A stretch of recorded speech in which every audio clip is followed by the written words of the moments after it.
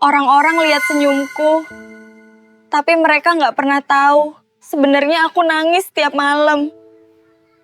Di sebuah kota kecil yang tampak tenang, ada sebuah rumah yang terlihat sempurna dari luar. Semua orang mengira penghuninya hidup bahagia. Seorang ayah yang disegani, seorang ibu yang selalu tersenyum, dan seorang anak perempuan yang tumbuh dalam bayangan mereka. Tapi di balik pintu yang selalu tertutup, ada rahasia besar yang disimpan selama 20 tahun. Rahasia yang perlahan meracuni kebahagiaan dan menelan senyum seorang ibu, sampai akhirnya pecah di depan semua orang. Ini adalah kisah tentang diamnya seorang ibu, luka yang ia simpan, dan bagaimana kebenaran akhirnya terungkap di saat yang tak pernah ia bayangkan. Kalau kamu sedang mendengarkan ini sekarang, coba ketik di kolom komentar kamu berasal dari kota mana. Atau mungkin kamu punya teman yang pernah mengalami kisah seperti ini, atau bahkan dirimu sendiri. Ceritakan di komentar supaya lebih banyak orang yang bisa belajar dari kisah ini. Jangan lupa subscribe dan nyalakan loncengnya agar kita bisa terus berbagi kisah nyata penuh pelajaran hidup. Dari luar, rumah mereka seperti rumah pada umumnya. Cat putih bersih, pot-pot bunga rapi di halaman, dan suara tawa sesekali terdengar saat anak perempuan mereka bermain di sore hari. Tetangga sering bilang keluarga Pak Andri itu panutan. Istrinya sopan, anaknya manis, suaminya dihormati. Semua terlihat sempurna, terlalu sempurna. Setiap pagi, sang ayah berangkat kerja dengan kemeja rapi dan parfum yang wangi. Selalu ada senyum di wajahnya saat menyapa tetangga, mengangguk sopan, dan memberi uang jajan pada anak kecil di sekitar rumah. Ibu selalu mengantar sampai gerbang, senyumnya pelan, matanya teduh. Tapi tidak ada yang sadar kalau senyumnya itu tak pernah benar-benar sampai ke mata. Anak perempuan mereka, namanya Aira, masih berusia 8 tahun saat itu. Ceria, penurut, dan sangat dekat dengan ibunya. Ia tak pernah mengerti kenapa ibunya sering termenung di dapur. Ia hanya tahu setiap kali ayah pulang, suasana rumah berubah menjadi sangat hening. Seolah semua harus diam, seolah dinding pun tak boleh bersuara. Satu hal yang selalu Aira ingat, ibunya sangat jarang bicara tentang ayah. Padahal di rumah lain, teman-temannya sering cerita bagaimana ayah mereka bercanda, mengajak bermain, atau sekadar duduk menonton TV bersama. Tapi di rumah Aira, semua terasa seperti berjalan di atas kaca. Harus hati-hati. Harus sempurna. Harus diam. Waktu itu Aira belum mengerti. Ia hanya tahu satu hal, senyum ibunya berbeda. Bukan senyum bahagia, tapi senyum yang lelah. Dan dari situlah semuanya dimulai. Setiap sore, Aira akan duduk di meja makan, menunggu ibunya selesai memasak. Ia sesuka memperhatikan wajah ibunya diam-diam. Ada sesuatu yang berubah. Dulu senyumnya hangat seperti matahari pagi, tapi belakangan senyum itu seperti langit mendung yang dipaksa bersinar. Ibu capek ya? Tanya Aira suatu hari, sambil menyeruput teh manis buatan ibunya. Ibu terdiam sejenak, lalu tersenyum. Enggak, Aira sayang. Ibu cuma kepikiran cucian belum kering, jawabnya pelan. Tapi Aira tahu jawabannya itu hanya alasan. Di malam hari, Aira sering melihat ibunya duduk sendiri di ruang tamu. Lampu sudah redup dan televisi menyala tanpa suara. Kadang tangannya sibuk menjahit baju, tapi matanya kosong. Seolah pikirannya sedang terbang ke tempat lain.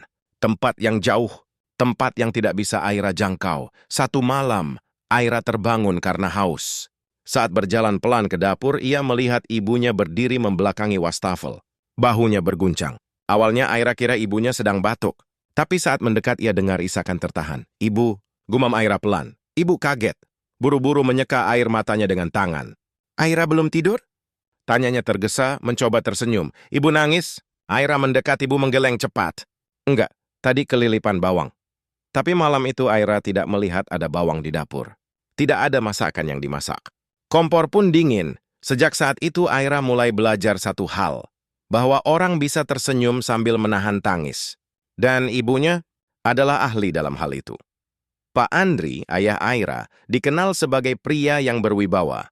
Di Fatap Rencania Sebah, rajin ikut rapat RT, murah senyum, dan selalu pakai baju yang licin disetrika. Kalau sedang ada acara warga, semua orang menyambutnya seperti tokoh penting. Ia bahkan sering diminta jadi MC saat hajatan. Tapi begitu pintu rumah tertutup, pria yang sama itu berubah jadi sosok yang lain. Diam, dingin, kata-katanya tajam seperti pisau. Tidak ada senyum ramah, tidak ada candaan seperti yang ia tunjukkan di luar. Aira sering heran. Kenapa ayah bisa terlihat begitu hangat saat bersama orang lain tapi begitu jauh saat di rumah? Bahkan kepada Aira sendiri tak pernah ada pelukan. Tak pernah ada ucapan sayang atau kamu hebat seperti yang ia dengar dari cerita teman-temannya. Yang lebih membingungkan, ibunya tak pernah melawan. Saat ayah berbicara, ibu hanya mengangguk.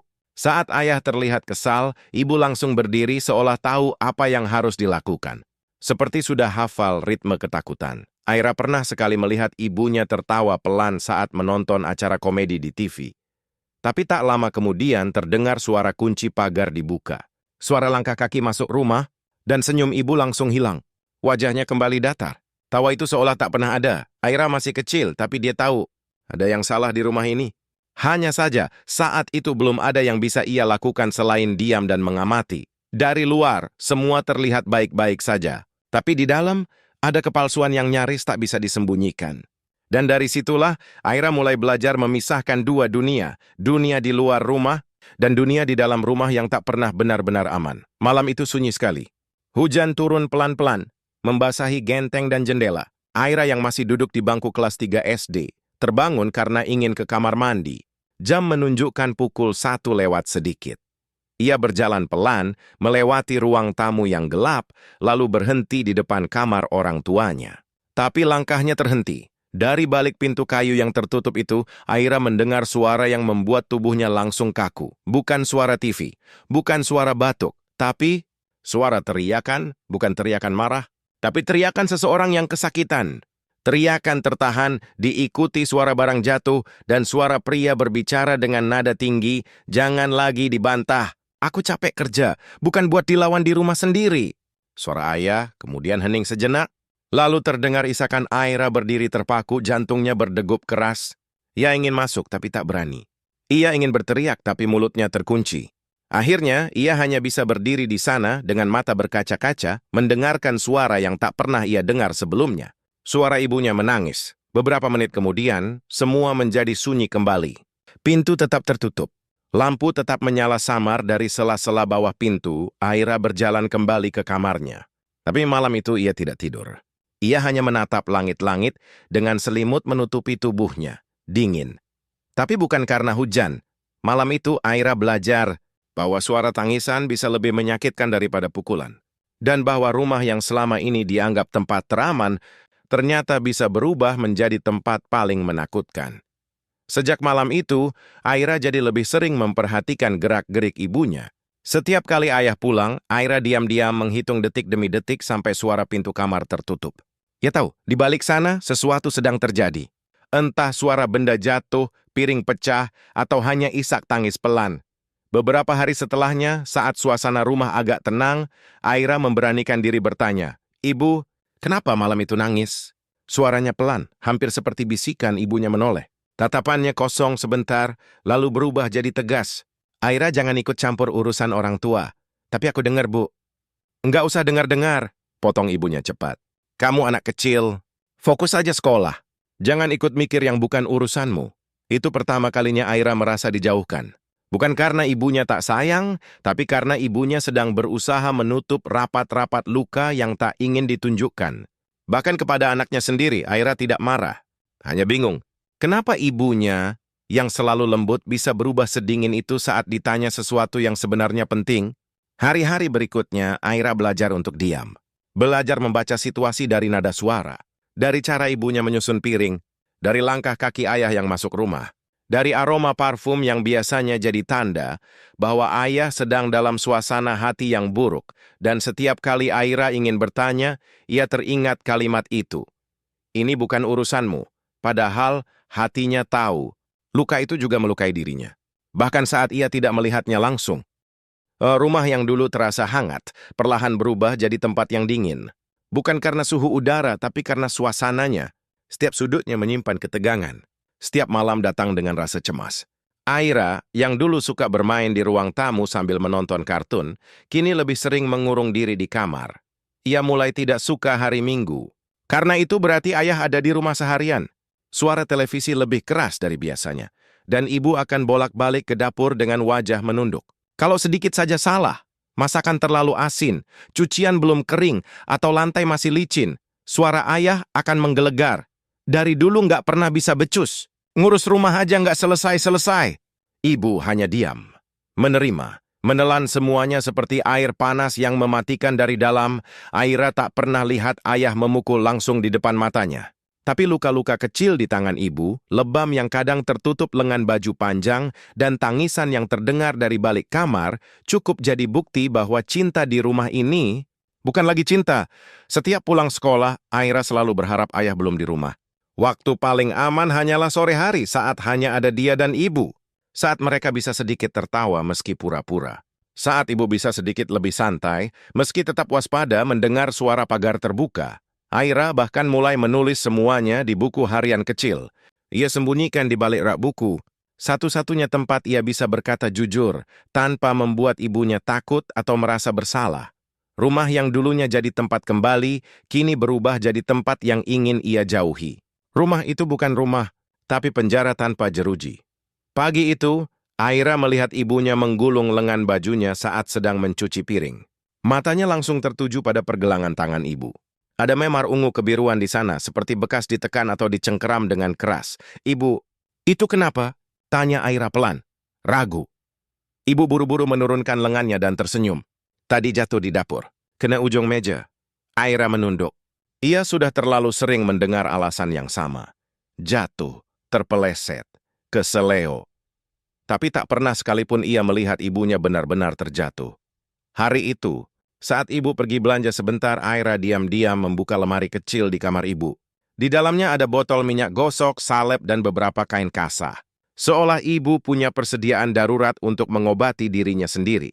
Tak ada yang tahu. Tak ada yang pernah bertanya. Aira duduk di ujung ranjang, memandangi langit-langit kamar sambil menahan air mata. Di sekolah, teman-temannya sibuk bercerita soal liburan keluarga, hadiah dari ayah, atau betapa menyenangkannya hari ulang tahun mereka di rumah. Sementara Aira sibuk menyembunyikan kenyataan. Sore harinya, saat mereka duduk berdua di teras, Aira memberanikan diri bicara lagi. Ibu nggak capek bohong terus? Ibu terdiam, lama. Angin sore berembus pelan, membawa aroma bunga melati dari halaman depan. Aira, nggak semua kebenaran harus diceritakan. Kadang, lebih baik disimpan sendiri. Kalimat itu menancap kuat di kepala Aira. Ia belum sepenuhnya mengerti artinya. Tapi satu hal ia tahu pasti, ibunya terluka. Bukan hanya di tangan, tapi juga di hati. Hari itu, Aira pulang lebih cepat dari sekolah. Ujian dibatalkan karena listrik mati. Ia senang bisa pulang lebih awal, membayangkan bisa makan siang bareng ibu sambil cerita-cerita ringan. Tapi begitu membuka pintu, senyum di wajahnya langsung hilang. Suara keras terdengar dari dapur. Piring pecah! Lalu suara ayah. Kamu pikir aku ini pembantu kamu? Aku pulang rumah, makanan belum jadi? Aira mematung di depan pintu. Ia melihatnya untuk pertama kalinya dengan mata kepala sendiri. Ayah berdiri dengan wajah merah padam, tangan mengepal, sementara ibu menunduk di sudut dapur. Di lantai, ada mangkuk pecah berserakan. Aku tadi nyapu, belum sempat masak, jawab ibu pelan, hampir seperti bisikan. Alasan! Dasar perempuan pemalas! Ayah mendorong kursi hingga terjungkal, lalu meninggalkan dapur dengan napas memburu. Saat ia lewat, matanya bertemu dengan Aira. Sejenak suasana menjadi beku. Tapi ayah hanya melirik tajam, tanpa berkata apapun. Iyo masuk kamar, membanting pintu sekuat tenaga. Aira berlari ke dapur, memeluk ibunya yang masih duduk di lantai. Ibu tersenyum kecil meski matanya sembab. Maaf ya, kamu lihat semua tadi, ucapnya pelan. Aira memeluk lebih erat. Dalam hatinya ada marah yang tidak tahu harus ditujukan kemana. Ia ingin teriak, ingin melawan, tapi tubuhnya masih terlalu kecil. Suaranya masih terlalu lemah. Yang bisa ia lakukan hanya satu, mencatat semuanya dalam ingatan. Hari itu jadi titik balik. Aira tak lagi memandang ayah dengan rasa hormat seperti dulu. Ia mulai melihat sisi lain, sisi gelap yang selama ini disembunyikan rapat-rapat di balik baju rapi dan senyum ramahnya. Dan sejak hari itu juga, Aira tahu bahwa monster bisa saja tinggal serumah denganmu, memakai nama ayah. Malam itu, suasana rumah lebih sunyi dari biasanya. Tak ada suara TV, tak ada bunyi sendok dari dapur. Bahkan suara serangga pun terasa jauh. Aira keluar kamar untuk minum, dan langkahnya terhenti saat melihat sesuatu yang tak biasa. Ibu sedang berdiri di depan lemari besar. Di tangannya ada koper tua yang selama ini hanya digunakan saat mudik ke kampung. Di atas ranjang baju-baju sudah dilipat rapi. Beberapa dokumen, map, dan dompet kecil tergeletak di sampingnya. "Ibu, mau kemana?" tanya Aira dengan suara gemetar. Ibu menoleh. Matanya sembab, tapi tak ada air mata. "Maaf ya, nak. Ibu nggak kuat lagi." Aira mendekat, berdiri di samping koper itu. Tangannya gemetar. Ia belum pernah melihat ibunya seperti ini. Tenang, tapi seperti sudah menyerah. "Aira ikut, ya?" tanyanya polos. Ibu memeluk Aira erat. Pelukan yang begitu kencang, seperti tak ingin melepas. "Enggak, sayang. Kamu nggak boleh jauh dari sekolah. Dari rumah." Rumah. Kata yang terdengar seperti luka. Beberapa menit kemudian terdengar suara pagar dibuka. "Ayah pulang." Langkah kakinya berat, terburu-buru. Ibu buru-buru merapikan koper dan menyimpannya kembali ke dalam lemari. Gerakannya cepat, panik. Saat ayah masuk kamar, yang ia temukan hanyalah istri yang duduk diam di ujung ranjang dan anak perempuan yang pura-pura tidur di pojok kasur dengan dada yang berdebar keras. Malam itu ibu tidak pergi. Tapi Aira tahu, ia hampir saja, dan itu lebih menakutkan dari apapun. Karena untuk pertama kalinya, Aira sadar bahwa ibunya benar-benar ingin lepas dari semua ini. Hanya saja, entah karena alasan apa, ia memilih tinggal. Dan Aira mulai bertanya-tanya dalam hati. Apa yang membuat seseorang tetap bertahan di tempat yang terus melukainya? Hari itu Aira dipanggil ke depan kelas untuk memperkenalkan diri di sekolah baru.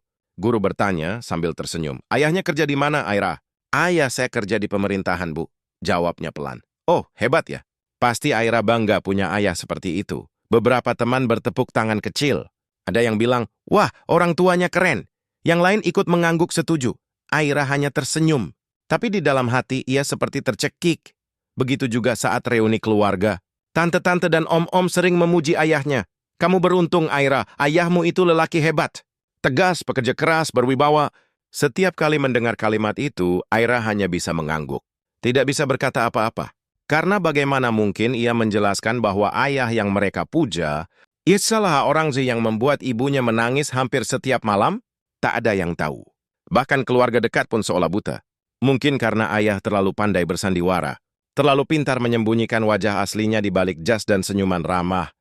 Di rumah, Aira hidup dalam diam, tapi di luar rumah, ia harus tetap tersenyum, menjaga nama baik keluarga, seolah semuanya baik-baik saja. Ia pernah mencoba memberi kode lewat puisi di mading sekolah. Tentang rumah yang sunyi, tentang ibu yang luka, tapi tak ada yang paham. Semua menganggap itu hanya karya sastra anak remaja yang sedang belajar menulis, padahal itu jeritan kecil yang ingin sekali didengar. Semua orang bilang keluarganya sempurna, tapi mereka hanya melihat dari luar pagar. Mereka tak pernah masuk dan duduk di ruang tamu yang dingin, atau mendengar tangisan dari balik kamar saat malam makin larut. Aira diam, karena itulah yang ibunya lakukan. Dan dari kecil, Aira belajar bahwa diam adalah cara bertahan. Siang itu, Aira pulang lebih cepat karena pelajaran terakhir kosong. Rumah sepi. Ibu belum pulang dari pasar, dan ayah belum kembali dari kantor. Kesempatan langka bagi Aira untuk merasa tenang di dalam rumah.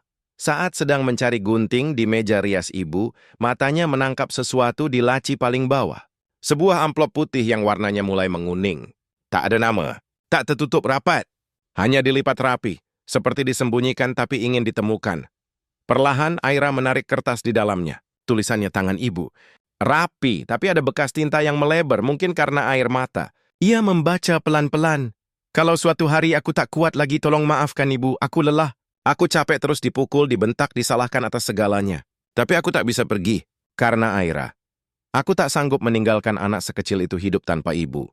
Jadi aku bertahan. Bukan karena aku kuat, tapi karena aku takut dia sendirian." Tangan Aira bergetar. Matanya panas. Surat itu seperti suara hati yang akhirnya terdengar jelas. Ibu yang selama ini diam ternyata pernah sampai pada titik paling gelap dalam hidupnya. Titik di mana satu-satunya pilihan hanyalah bertahan atau menghilang. Ia buru-buru melipat surat itu kembali, meletakkannya seperti semula, dan menutup laci pelan. Tak ingin ketahuan. Tak ingin membuat luka itu terbuka lagi. Saat malam tiba, Aira duduk bersebelahan dengan ibunya di ruang TV. Mereka menonton sinetron, tapi tak ada yang benar-benar memperhatikan layar. Diam. Hanya diam. Aira menoleh ke wajah ibu, menatap garis halus di sekitar matanya, dan dalam hati ia berbisik, "Aku tahu sekarang, Bu, aku tahu semuanya. Tapi aku akan tetap diam." Sama seperti ibu, karena mungkin itu satu-satunya cara untuk tetap hidup di rumah ini. Sejak kecil, Aira terbiasa melihat ayahnya memarahi orang lain. Termasuk dirinya. Salah sedikit nadanya langsung naik. Terlambat pulang, nilai turun, bahkan ketika Aira hanya menjatuhkan gelas di meja, semua jadi alasan untuk dimarahi. Tapi yang paling Aira ingat adalah satu hal. Ayah tak pernah minta maaf. Pernah suatu hari saat Aira masih SD, ayah menuduhnya merusak charger ponsel yang ternyata rusak sendiri. Ayah marah besar, membentak keras, bahkan membanting piring di meja makan. Aira menangis seharian, merasa bersalah padahal tidak tahu salahnya di mana. Beberapa hari kemudian, ibu yang diam-diam membelikan charger baru dan meletakkannya di meja ayah. Ayah menggunakannya tanpa berkata apapun. Tak ada pengakuan, tak ada penjelasan, apalagi permintaan maaf. Semua berlalu begitu saja, seolah tak pernah terjadi. Begitu seterusnya, ketika Aira jatuh sakit karena kehujanan saat les, yang keluar dari mulut ayah hanya, "Siapa suruh nggak bawa payung?" Ketika Aira gagal masuk ranking 3 besar di sekolah, yang ia terima hanya kalimat, "Makanya jangan banyak main," bukan pelukan, bukan pengertian. Bukan kata-kata yang bisa menguatkan. Aira tumbuh dalam lingkungan yang membuatnya merasa salah hanya karena jadi dirinya sendiri. Ya kone mudah terbiasa nyalahkan diri atas segala hal, bahkan ketika tak ada hubungannya dengan dirinya. Ibu pun sama. Tak pernah dibela, tak pernah diberi pembelaan, apalagi dibela di depan Aira. Jika Aira dibentak, ibu hanya diam. Mungkin karena ia sendiri terlalu sibuk menyembunyikan lukanya. Di titik itu, Aira mulai berpikir, mungkin memang tidak semua ayah diciptakan untuk jadi tempat anak pulang. Mungkin ada ayat yang ganja hadir untuk menciptakan rumah, tapi lupa cara mengisi isinya dengan kasih sayang. Dan Aira tumbuh sebagai anak yang tak pernah tahu rasanya dipeluk sambil dibilang, "Maaf ya, ayah salah." Saat Aira menginjak semester akhir kuliah, ibunya mulai sering sakit. Awalnya hanya batuk yang tak sembuh-sembuh. Lalu badan sering demam tanpa sebab. Kadang tangannya gemetar saat memegang piring, kadang wajahnya pucat sekali seolah baru saja menelan sesuatu yang pahit. Aira tahu, ibunya bukan hanya sakit fisik, tapi juga lelah secara batin. Setiap pulang dari kampus, Aira langsung menuju dapur. Memasak, menyapu, menyiapkan teh hangat untuk ibunya. Kadang sambil mengerjakan tugas kuliah di ruang tengah, Aira menatap ibunya tidur dengan napas berat di sofa. Ada yang surah adek kecil di dalam hati yang terus berbisik, "Tolong jangan kenapa-kenapa, Bu." Ayah tetap seperti biasa. Pulang larut, sibuk dengan pekerjaan, dan kalaupun melihat ibu terbaring lemas, hanya berkata singkat, "Udah dibawa ke dokter?" Bukan karena peduli, tapi karena terganggu. Suatu malam, Aira bahkan sempat mendengar ayah berkata dari dalam kamar, "Kalau sakit terus, siapa yang ngurus rumah?" Ucapan itu membuat Aira ingin menjerit. Tapi ia hanya menggenggam bantal, menahan air mata di balik dinding kamarnya. Ia tahu tak ada yang bisa diharapkan dari ayah. Selama berbulan-bulan, Aira menjadi segalanya di rumah. Mahasiswa, perawat, anak, sekaligus pelindung satu-satunya untuk ibunya sendiri. Setiap malam sebelum tidur, Aira duduk di samping ibunya, mengoleskan balsem ke dada, membenarkan selimut, dan mengecup kening yang hangat. Ia ingin ibunya tahu, kalau dulu ibunya bertahan demi Aira, maka sekarang Aira hidup untuk menjaga ibunya. Tapi waktu terus berjalan, dan tubuh yang kelelahan bertahun-tahun, tak bisa terus disembunyikan, dan Aira hanya bisa berdoa dalam hati agar esok pagi, ibunya masih membuka mata. Pagi itu terasa seperti biasa. Aira sedang menyapu halaman saat mendengar suara benda jatuh dari dalam rumah. Suara keras, seperti tubuh yang ambruk ke lantai.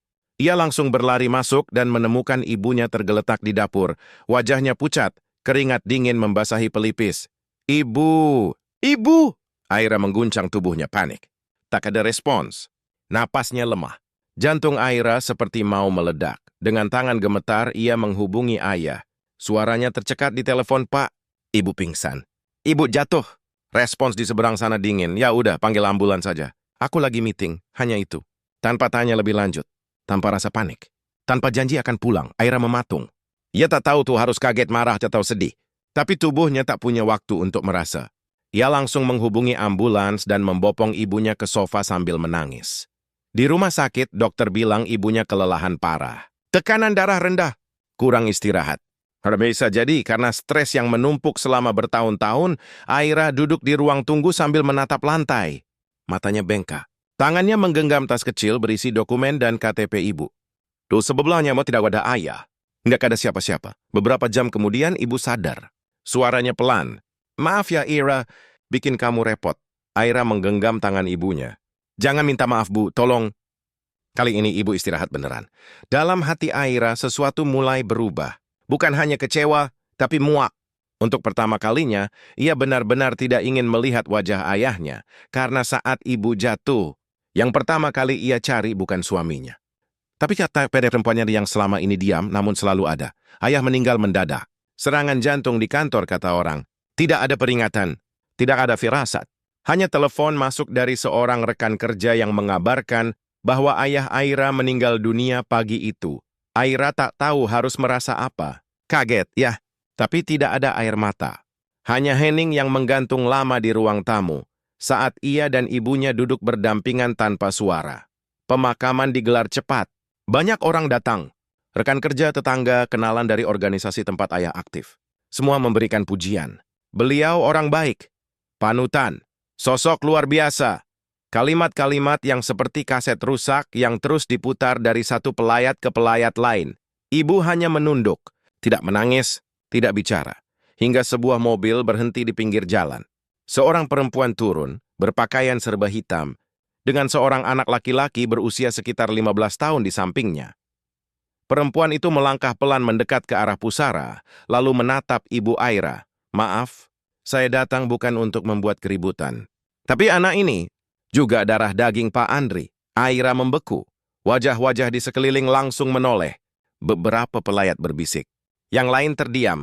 Tapi semua mata tertuju pada satu hal, kenyataan yang baru saja pecah di udara. Anak itu berdiri canggung, menunduk.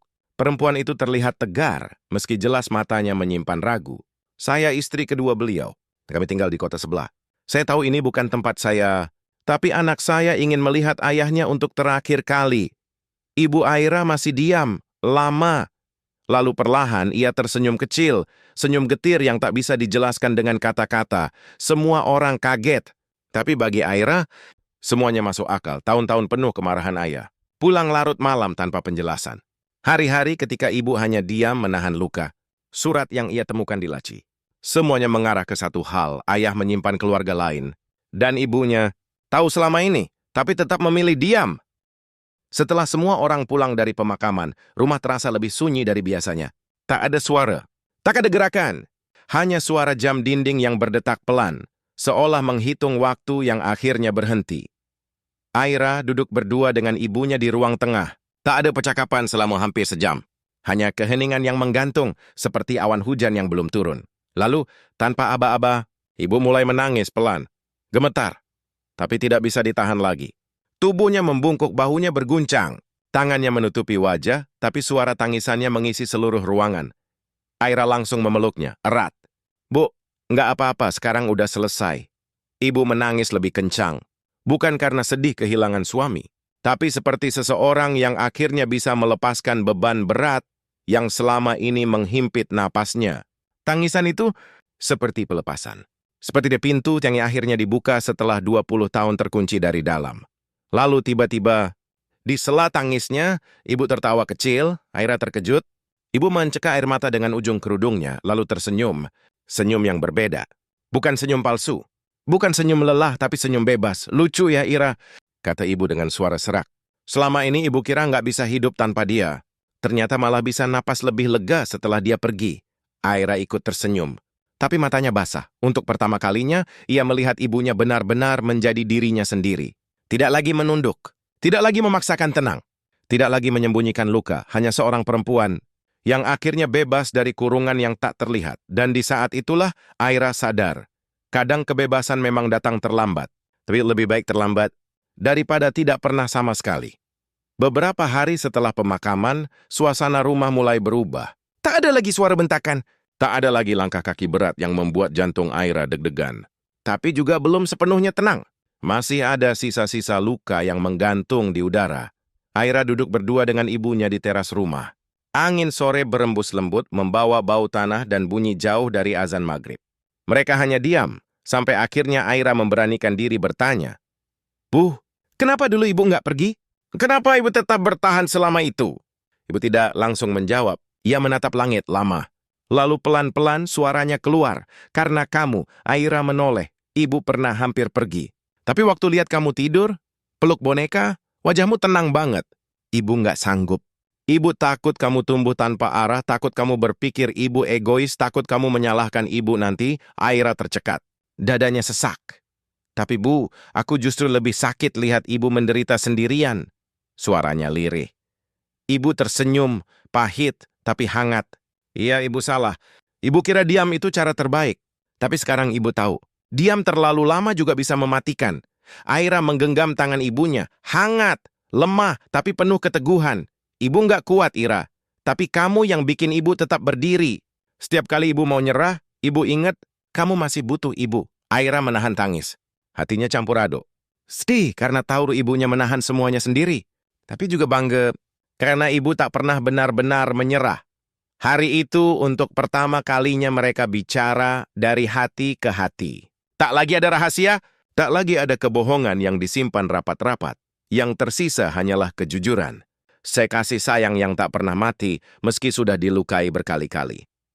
Beberapa minggu setelah pemakaman, sebuah surat datang ke rumah. Dikirim dari kota sebelah. Tidak ada nama pengirim di amplopnya, hanya tertulis. Untuk Nyao Sulastri. Aira yang membukanya lebih dulu. Isinya pendek. Hanya satu halaman ditulis tangan, dengan kalimat rapi tapi hati-hati. Maaf jika kedatangan kami waktu itu membuat ibu tidak nyaman. Saya hanya ingin memastikan anak saya tahu siapa ayahnya. Dan saya juga ingin ibu tahu. Saya pun tidak tahu bahwa selama ini ibu masih menjadi istri sahnya. Surat itu diakhiri dengan sebuah nama. Mira, ibu membaca surat itu tanpa ekspresi. Hanya diam, membacanya perlahan, lalu melipatnya kembali dan meletakkannya di meja. Jadi benar, Bu, ayah punya anak dari perempuan itu? Tanya Aira pelan. Ibu mengangguk pelan. Iya, dan bukan cuma satu. Setahu ibu ada dua. Aira menahan napas. Ibu tahu dari kapan? Sejak kamu SMP, tapi waktu itu ibu pura-pura nggak tahu. Sampai suatu hari, dia sendiri yang ngaku. Katanya dia akan adil, katanya cuma sesaat. Kamu tahu, semua kata-kata manis yang ujung-ujungnya cuma luka. Aira tak bisa berkata apa-apa. Seluruh hidupnya seperti cerita dengan banyak halaman yang disobek, tapi sekarang mulai disusun satu persatu. Waktu itu ibu hampir pergi, tapi kamu masih kecil. Dan jujur Bu Mira itu juga korban. Ibu tahu perempuan itu nggak tahu kalau masih ada ibu di sini. Aira merasa dunia di sekelilingnya mendadak jadi sunyi. Bukan karena tidak ada suara, tapi karena pikirannya terlalu ramai. Ternyata selama ini, hidup mereka adalah pecahan dari kebohongan yang panjang. Dan ibunya menelan semuanya diam-diam, seolah bukan dirinya yang paling dikhianati. Tapi yang paling mengejutkan dari semuanya, bukan soal ayah yang punya anak lain. Tapi tentang betapa besar hati seorang ibu yang memilih tetap bertahan, bukan karena lemah, tapi karena mencintai dengan cara yang tak semua orang bisa pahami. Beberapa hari setelah surat dari Bu Mira datang, Aira tak bisa tidur. Kepalanya penuh tentang ayah, tentang keluarga lain, tentang ibunya sendiri yang selama ini hidup dengan luka yang ia pendam sendirian. Malam itu, ia membuka kembali laci kecil di kamar ibu. Laci yang dulu pernah menyimpan satu surat yang mengubah cara pandangnya tentang segalanya. Surat itu masih ada. Kertasnya sudah mulai rapuh di ujung, tapi tulisan tangan ibu tetap terbaca jelas. Tangannya sedikit gemetar saat membukanya kembali. Ia membaca perlahan dari kalimat demi kalimat, kali ini dengan pemahaman yang berbeda. Kalau suatu hari aku pergi terlalu jauh, tolong ingat, ibu pernah berjuang sekuat tenaga untuk bertahan. Bukan karena tidak punya pilihan, tapi karena tidak ingin kamu kehilangan ibu dan ayah sekaligus. Aira menutup matanya. Nafasnya bergetar. Maaf kalau selama ini ibu diam. Ibu hanya ingin kamu tetap punya rumah. Meski dalamnya hancur, luarannya harus tetap berdiri. Karena ibu percaya, suatu hari kamu akan tumbuh cukup kuat untuk melihat kebenarannya sendiri. Air mata Aira mengalir. Ia membayangkan ibunya menulis surat ini malam-malam, mungkin sambil menahan tangis, sambil menatap wajah Aira yang tidur di kamar sebelah. Kalau surat ini terbaca, berarti kamu sudah cukup dewasa untuk mengerti. Dan ibu harap kamu tidak tumbuh menjadi perempuan yang menyimpan luka seperti ibu. Tapi perempuan yang berani memilih untuk hidup bukan hanya bertahan. Aira memeluk surat itu, seolah memeluk ibunya yang dulu, yang pernah nyaris menyerah, tapi tetap bertahan demi dirinya. Dan di detik itu Aira berjanji, apapun yang terjadi nanti, ia tidak akan membiarkan hidup ibunya berakhir hanya sebagai catatan kaki dari kisah seorang pria yang tak pernah tahu cara mencintai. Ibunya layak dikenang. Bukan karena diamnya, tapi karena keberaniannya menyayangi dalam diam. Waktu berlalu. Sudah beberapa tahun sejak ayah dimakamkan. Rumah itu masih berdiri, tapi tidak lagi terasa menakutkan. Tidak ada lagi suara bentakan, tidak ada lagi piring pecah, tidak ada lagi langkah kaki yang membuat takut. Sekarang, rumah itu dipenuhi suara lain, suara obrolan ringan, suara tawa kecil, dan kadang suara keheningan yang menenangkan. Bukan menakutkan, ibu perlahan pulih. Tidak sepenuhnya, tapi cukup untuk tertawa lagi. Cukup untuk memeluk Aira tanpa rasa khawatir. Dan Aira kini telah tumbuh menjadi perempuan dewasa. Ia menulis, ia bercerita. Ia memilih untuk tidak lagi diam seperti ibunya dulu, karena ia tahu ada banyak perempuan di luar sana yang hidup dengan luka serupa. Yang memilih bungkam karena takut, yang memilih bertahan karena merasa tak punya pilihan. Yang setiap malam berdoa agar besok bisa lebih baik, tapi bangun dengan luka yang sama. Kisah ini bukan hanya tentang Aira, bukan hanya tentang ibunya, tapi tentang semua suara yang pernah dibungkam, tentang semua perempuan yang pernah dicintai dengan cara yang salah. Dan kini Aira memilih bersuara, agar tidak ada lagi anak yang tumbuh dengan ketakutan di rumahnya sendiri, agar tidak ada lagi istri yang harus memendam luka demi menjaga nama baik orang yang tak pernah menjaganya. Bukan untuk membuka aib, tapi untuk membuka mata. Karena diam tidak selalu emas. Kadang diam justru mematikan perlahan-lahan. Hari ini Aira menulis kisah ini bukan sebagai bentuk dendam, tapi sebagai bentuk harapan. Agar lebih banyak yang berani memilih hidup, bukan sekadar bertahan. Kalau kamu sampai di sini dan mendengarkan cerita ini sampai habis, Terbaskesan sudah memberi ruang untuk kisah ini hidup. Kalau kamu pernah mengalami hal yang serupa atau mengenal seseorang yang pernah berada dalam posisi yang sama, kamu tidak sendiri. Tulis di komentar, kamu dari kota mana, dan apakah kamu pernah melihat atau mengalami kisah seperti ini? Karena dengan saling cerita, kita tidak lagi sendirian. Dan dengan saling dengar, kita bisa saling sembuhkan. Jangan lupa subscribe agar kamu tidak ketinggalan cerita nyata lainnya yang penuh makna.